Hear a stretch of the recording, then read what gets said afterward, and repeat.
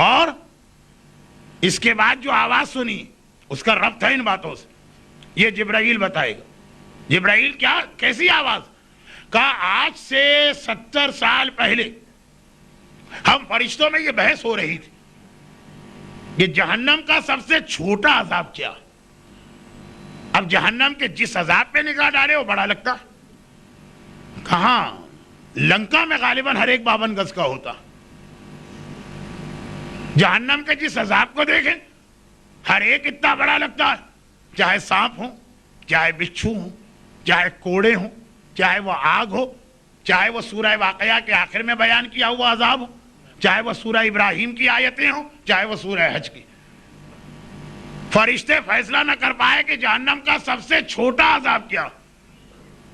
خدا بندہ تو ہی بتا، ہمارا علم نامکمل و ناقص ہے، تیرا علم کامل ہے، تو بتا سب سے چھوٹا عذاب کیا؟ کہا وہ جہنم کے فلاں حصے میں کنواں جو سارا آگ وغیرہ سے بھرا ہوا ہے، وہ جہنم کا سب سے چھوٹا عذاب۔ خدا بندہ یہ کنواں کتنا گہرا، جب اس میں کسی کو پھینکا جائے گا کتنا گہرا ہے، کتنی گہرائی سے پھینک رہے؟ ایک بستر سے آدمی کا گرنا، اور ایک میز سے آدمی کا گرنا، اور ایک بلڈنگ کی بالکونی سے آدمی کا گرنا، اور ایک اونچے درخت سے آدمی کا گرنا، اور ایک ہوائی جہاز سے آدمی کا گرنا، یہ ہے کتنا گہرا، جو سب سے چھوٹا عذاب ہے۔ خدا نے کہا جبرائیل ایک پتھر اس کے اندر پھینکو۔